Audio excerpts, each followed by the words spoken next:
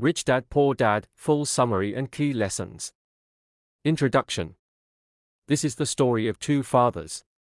One was highly educated, held multiple degrees, worked a stable job, and struggled financially his entire life. The other had no formal education, never finished school, yet became a successful entrepreneur and a millionaire. One was called the poor dad. The other was called the rich dad. Both men wanted the best for their children. But they gave completely different advice about money, work, and life.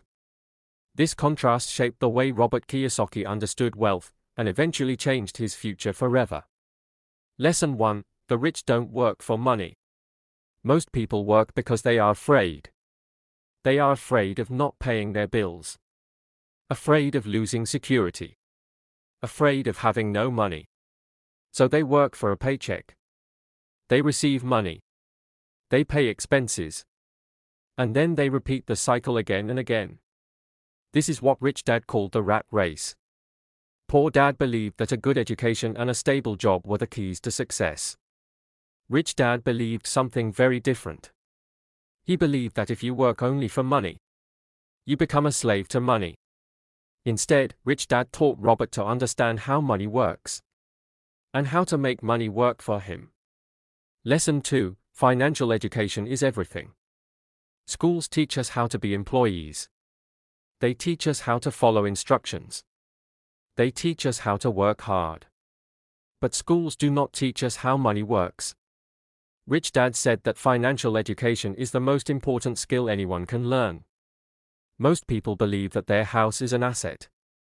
But Rich Dad explained that an asset is something that puts money into your pocket. A liability is something that takes money out. A house with a mortgage, taxes, and maintenance is often a liability, not an asset. The rich focus on buying assets first. The poor and middle class buy liabilities, believing they are assets. Lesson 3: Build assets before luxury. The poor and middle class work for money. Then use that money to buy things they cannot afford. The rich buy assets first. Assets generate income. That income is then used to buy luxuries. This is the opposite of how most people live. Rich Dad believed that discipline and patience are essential. If you can delay pleasure and focus on building assets, financial freedom becomes possible. Lesson 4: Mindset matters more than money. Poor Dad often said, "I can't afford it." Rich Dad banned those words from his house. Instead, he asked, "How can I afford it?" That single question changes everything. It forces the brain to think, to create, to find solutions. The difference between rich and poor is not money. It is how they think. Lesson 5: The power of business and investing. Employees work for companies. Business owners build systems. Investors make money from assets. The rich operate in two worlds: business and investing. They create systems that generate income whether they work or not. That is how true freedom is created. Not by working harder, but by building smarter systems. Lesson 6: Taxes and corporations. Rich Dad explained that the tax system rewards business owners and investors.